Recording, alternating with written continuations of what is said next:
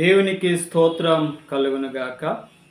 సహోదరి సహోదరులారా, నా ప్రియ స్నేహితులారా, ప్రభు అయిన యేసుక్రీస్తు నామములో మీ అందరికీ కూడా నా వందనాలు తెలియచేస్తా ఉన్నాను. మరి ఈరోజు ప్రత్యక్షపు గుడారం గూర్చి మీ ముందు పెట్టాలని, ప్రత్యక్షపు గుడారము గూర్చి ధ్యానం చేయాలని సిద్ధపడి ప్రత్యక్షము యొక్క గుడారం యొక్క ధ్యానాలు మీ ముందు పెడుతూ ఉన్నాను.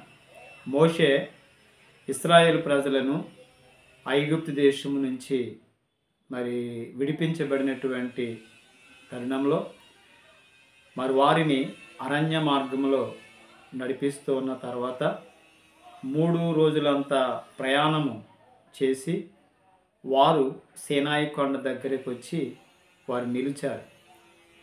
సీనాయి కొండ దగ్గర వారి నివాసం ఉంటున్నప్పుడు దేవుడు వారికి ప్రత్యక్షమై, మోషేకు దేవుడు ప్రత్యక్షమై సీనాయి కొండ మీద మాట్లాడుతూ ఉన్నాడు. దేని గురించి మాట్లాడుతూ ఉన్నారని అంటే, ప్రత్యక్షపు గుడారం గురించి, దేవుని నివాస స్థలమును గురించి మాట్లాడుతూ ఉన్నారు. నిర్గమకాండము 25వ అధ్యాయం అంతా కూడా మోషేకు దేవుడు ప్రత్యక్షమై ప్రత్యక్షపు గుడారం గురించి, దాని యొక్క నమూనా అంతా కూడా తెలియచేసి ఉన్నాడు. కనుక ఈ రోజున ఆ ప్రత్యక్షపు యొక్క గుడారం గురించి చాలా విషయాలు మీతో నేను పంచుకోవాలని నేను ఇష్టపడుతున్నాను. కనుక ఈ ప్రత్యక్షపు గుడారము ఒక్క మెసేజ్లో అయిపోయేది కాదు. ప్రత్యక్షపు గుడారం గురించి కొన్ని వాల్యూమ్స్ కింద ధ్యానం చేసి మీ ముందుకు పంపించాలని నేను ఇష్టపడుతూ ఉన్నాను. ప్రత్యక్షపు గుడారంలో ఉన్నటువంటి ప్రతి భాగము కూడా, ప్రత్యక్షపు గుడారంలో ఉన్నటువంటి ప్రతి వస్తువు కూడా ప్రభు అయినటువంటి యేసుక్రీస్తుకు చక్కటి పోలికలు సూచిస్తూ ఉన్నాయి. కనుక వీటన్నిటిని కూడా మనం ధ్యానం చేద్దాం. మీరందరూ కూడా చాలా ఇంట్రెస్ట్గా వినాలని నేను ఎంతో ఆశిస్తూ ఉన్నాను. నిర్గమకాండము 25వ అధ్యాయంలో మనం చూడగలిగినట్లయితే అక్కడ ప్రత్యక్షపు గుడారం గురించి వ్రాయబడి ఉంది. ఈ యొక్క ప్రత్యక్షపు గుడారం గురించి రాయబడుతున్నటువంటి సమయంలో దాన్ని మనం ధ్యానం చేయకముందు అసలు దేవుడు మోషేకు ప్రత్యక్షపు గుడారాన్ని ఎందుకు నిర్మించమన్నాడు, దాని గురించి కొన్ని విషయాలు మనము ధ్యానము చేద్దాం. ఇక్కడ గమనించినట్లయితే ప్రత్యక్షపు గుడారము, ఆ గుడారములో ఉన్నటువంటి వస్తువులన్నీ కూడా యేసుక్రీస్తుకి సాదృశ్యంగా ఉన్నదని మనం చూస్తూ ఉన్నాం కదా. ఇక్కడ మనం చూస్తే ప్రత్యక్ష గుడారములో ఉన్నటువంటి మొదటి వస్తువు మందసం. మందసము యేసుక్రీస్తు మనకి మధ్యవర్తిగా కనబడతా ఉన్నారు. అలాగే పరిశుద్ధ స్థలములో ఉన్నటువంటి బల్ల మనకి ఆయన పోషకుడిగా, యేసుక్రీస్తు మనకి పోషకుడిగా ఆయన మనం చూస్తూ ఉన్నాం. అలాగే పరిశుద్ధ స్థలంలో ఉన్నటువంటి దీపవృక్షము ఆయన సర్వలోకానికి, సర్వమానవాళికి ఆయన వెలుగై ఉన్నాడని చూపిస్తూ ఉంది. కనుక ఇక మనం చూసినట్లయితే ప్రత్యక్ష గుడారములో ఉన్నటువంటి పరిశుద్ధ స్థలంలో ఉన్న ధూపవేదిక ఆయన మానవులందరి కొరకు విజ్ఞాపన చేయువాడై ఉన్నాడని మనకు సూచిస్తూ ఉంది. ఆవరణంలో మనం చూస్తే బలిపీఠము, దహన బలిపీఠము, ఆయన యేసు ప్రభువారు మనందరి కొరకు కల్వరి సిలువలో బలి అయినటువంటి సిలువ బలియాగమును సూచిస్తూ ఉంది. గంగాళములో ఉన్నటువంటి ఆ నీరు దేవుని వాక్యానికి సూచిస్తూ ఉంది. ఈ విధంగా ఈ వస్తువులన్నీ కూడా యేసు ప్రభువుకి చక్కటి సూచనలుగా మనం చూస్తూ ఉన్నాం.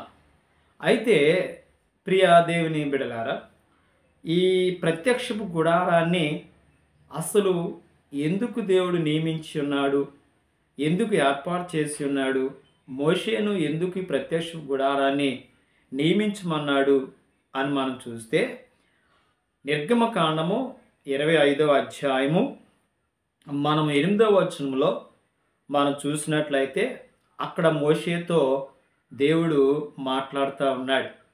అదేమనంటే ఆయన అన్నాడు కదా, నేను వారిలో నివసించినట్లు వారు నాకు పరిశుద్ధ స్థలమును నిర్మించవలెను.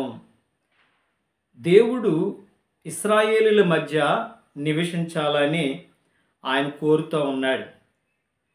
అందుకని ఒక స్థలం కావాలి, అది పరిశుద్ధమైనదిగా ఉండాలి, అందుకనే ప్రత్యేకంగా ఉండాలి.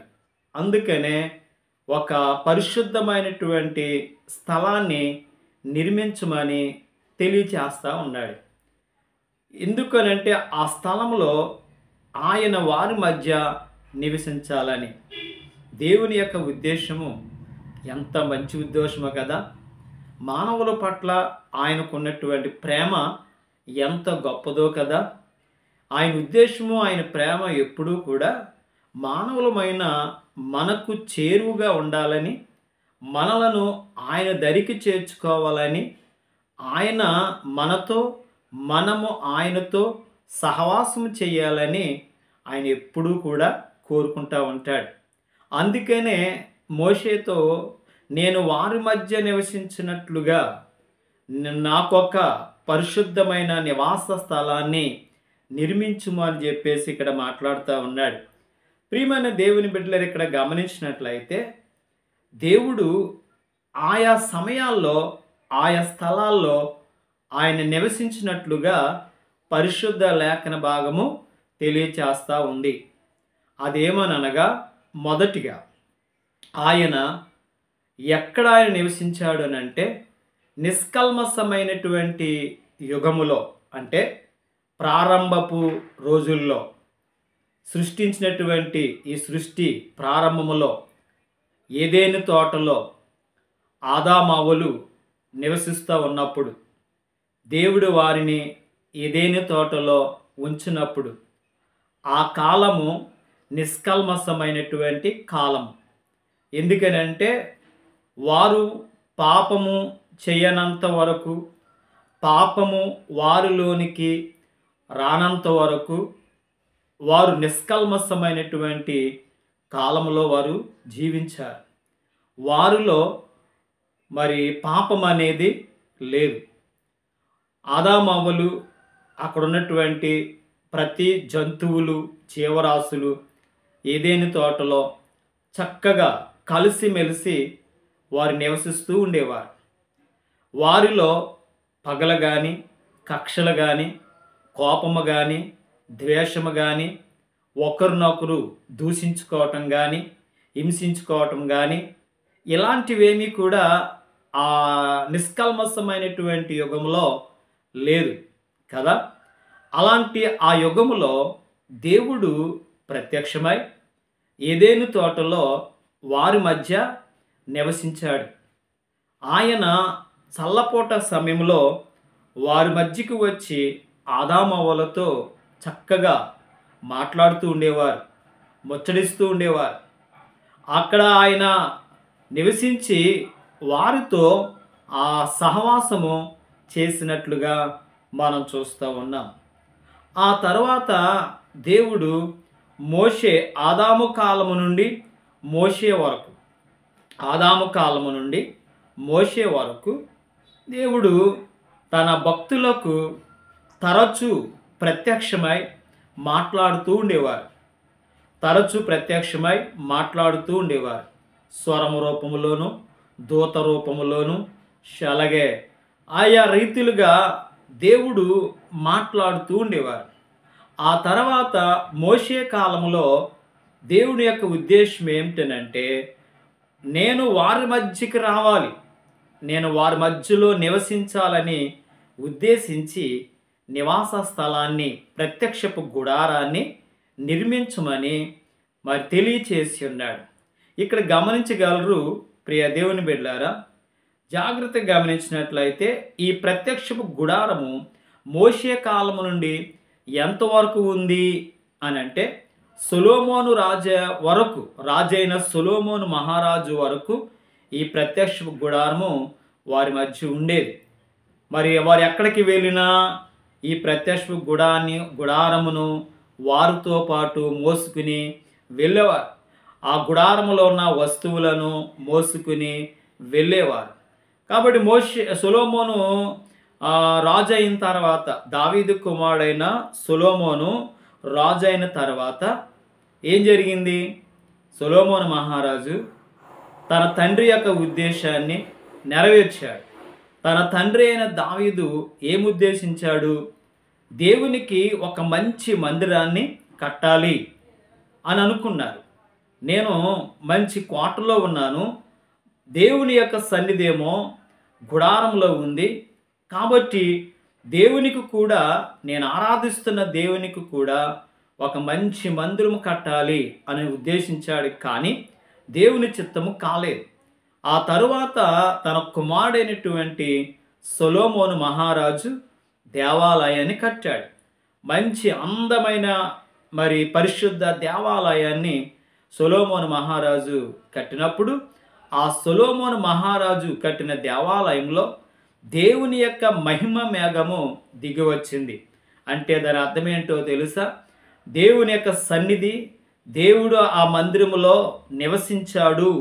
ఆ మందిరములో ఆయన నివసించినట్లుగా మనం జ్ఞాపకం చేసుకోవాలి. ఆ తర్వాత కాలములో మనం చూసినట్లయితే యేసు ప్రభువారు సాక్షాత్తు ప్రజల మధ్యకే వచ్చారు, ఆయన సంచరించారు. కాబట్టి ఆయన అంటున్న మాట ఏంటంటే, తర్వాత ఆయన ఎక్కడ నివసించారు అని అంటే యేసు ప్రభు చెప్పిన మాట మనం గమనించినట్లయితే మత్తయి సువార్త 18వ అధ్యాయము 20వ వచనాన్ని మనం గమనిస్తే అక్కడ అంటూ ఉన్నాడు, ఎక్కడైతే 2 లేక 3 నా నామమున కూడుకొని ప్రార్థన చేయుదురో వారి మధ్యన నేను ఉంటానని దేవుడు సెలవిచ్చాడు కదా. అయితే ఇప్పుడు ఎక్కడికి వచ్చేసారు? మన మధ్యకే వచ్చేసారు. ఎక్కడైతే 2 లేక 3 ప్రార్థన చేస్తారో అక్కడ ఉంటానని ఆయన సెలవిచ్చి ఉన్నారు. అయితే ఆయన వెళ్ళిన తర్వాత ఆయన చెప్తూ ఉన్న మాట ఏమిటంటే, ఎక్కడైతే 2, 3 నా నామమున కూడుకొని ప్రార్థన చేస్తారో వారి మధ్యమే ఉండటమే కాదు, కానీ నేను వారిలో నేను నివసిస్తూ ఉన్నాను అని చెప్పేసి అంటూ ఉన్నారు.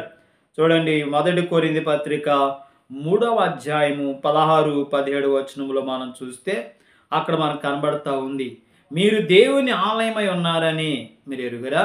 దేవుని ఆత్మ మీలో నివసించుచున్నదని మీరు ఎరుగరా అని చెప్పేసి అంటూ ఉన్నాడు. అంటే ఇప్పుడు ఎక్కడికి వచ్చేసాడు ఆయన? ఆయన నివాస స్థలం ఏది అని అంటే దేవాలయం కంటే గొప్పది, గుడారము కంటే గొప్పది ఎవరనంటే నీవు నేను, మనమందరము కూడా.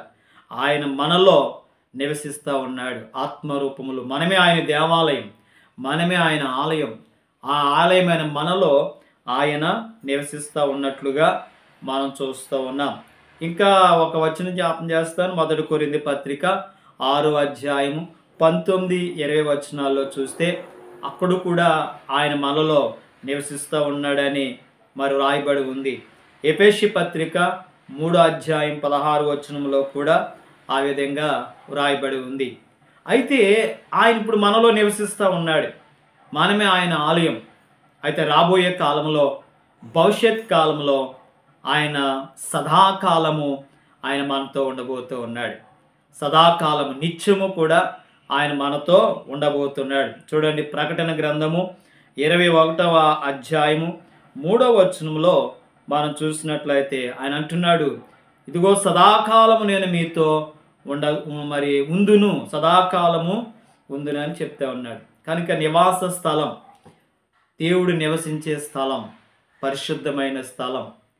అందుకనే మోషే కాలంలో ఒక పరిశుద్ధమైనటువంటి నివాస స్థలాన్ని నిర్మించమని అక్కడ తెలియజేస్తూ ఉన్నాడు. కనుకనే దేవుని యొక్క ప్రత్యక్షపు గుడారాన్ని నిర్మిస్తూ ఉన్నాడు మోషే. కాబట్టి ఇక్కడ మనం చూసినట్లయితే ఈ మందిరము పోలికలు మనం చూద్దామా.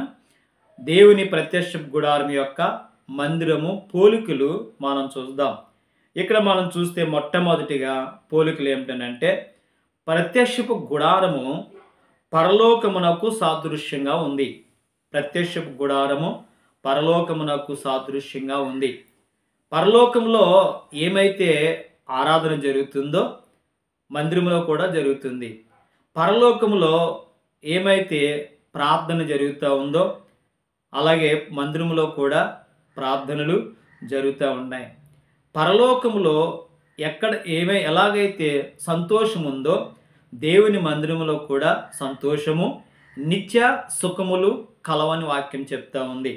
కనుక ప్రత్యక్ష గుడారము పరలోకానికి సాదృశ్యంగా ఉంది.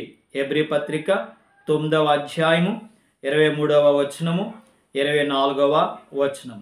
రెండవ పాయింట్ మనం చూస్తే పరలోకము యేసు ప్రభువుకి ప్రత్యక్ష గుడారము యేసు ప్రభువుకి సాదృశ్యంగా ఉంది. ప్రత్యక్ష గుడారము యేసు ప్రభువుకి సాదృశ్యంగా ఉంది. యోహాను సువార్త 2వ అధ్యాయము 19 నుంచి 21 వచనంలో మనం చూస్తే అక్కడ యూదులతో యేసు ప్రభు మాట్లాడుతూ ఉన్నారు. ఏమనంటే, మీరు ఈ దేవాలయాన్ని పడగొట్టండి, నేను 3 దినములలో దీని మరలా కట్టుదును అని చెప్పేసి అంటూ ఉన్నారు. ఆ ప్రజలకైతే అర్థం కాలేదు ఆ దేవాలయము యేసుక్రీస్తు అని.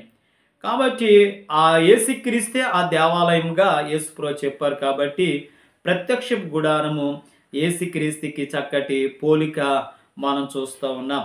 ఇకపోతే మూడవది, ప్రత్యక్ష గుడారము దేవుని సంఘమునకు సాదృశ్యంగా లేక పోలికగా కనబడతా ఉంది. 1 తిమోతి పత్రిక 3వ అధ్యాయము 15వ వచనంలో, ఎఫెసీ పత్రిక 2వ అధ్యాయము 22వ వచనంలో మనం చూస్తూ ఉన్నాం. ఇకపోతే 4వ పాయింట్ ఏమిటంటే, ప్రత్యక్ష గుడారము విశ్వాసికి సాదృశ్యంగా ఉంది. ఇందాక మనం చదువుకున్నాం కదా, మరి దేవుని ఆలయము, మీరు దేవుని ఆలయమై ఉన్నారని మీరు ఎరుగరా, దేవుని ఆత్మ మీలో నివసించుచున్నదని మీరు ఎరుగురా, ఎవడైనాను దేవుని ఆలయాన్ని పాడు చేస్తే దేవుడు వారిని పాడు చేయనని మనం చూస్తూ ఉన్నాం. 1 కొరింథీ పత్రిక 6వ అధ్యాయము 19వ వచనం. కనుక ఈ ప్రత్యక్ష గుడారం గురించి మనం చాలా విషయాలు నేర్చుకున్నాం కదా. ఆ ప్రత్యక్ష గుడారము మరి ఎందుకు ఆయన నిర్మించమన్నాడనంటే, ఆయన వారిలో నివసించడానికి పరిశుద్ధమైన స్థలముగా ఉండాలని. ప్రత్యక్ష గుడారము పోలికలు మనం చూసాం. పరలోకానికి, యేసుక్రీస్తుకు, సంఘానికి, అలాగే విశ్వాసులకు సాదృశ్యంగా ఉన్నదని మనం చూస్తూ ఉన్నాం. కాబట్టి ఇంకా మనం రాబోయేటువంటి నెక్స్ట్ ఎపిసోడ్లో వాల్యంలో మనం చూద్దాం. ప్రత్యక్ష గుడారం యొక్క విధానాన్ని, దాని యొక్క ధ్యానాన్ని మనం ధ్యానం చేద్దాం. మరి మీరు అందరూ కూడా తప్పక చూడండి, వీక్షించండి. ప్రత్యక్ష గుడారం గురించి మీరు బాగా తెలుసుకోవాలని నేను కోరుతూ ఉన్నాను. ఇప్పటికీ కూడా చాలామందిని అడుగుతూ ఉంటాను, ఏమనంటే ప్రత్యక్ష గుడారం గురించి మీకు ఏమైనా అవగాహన ఉందా అని.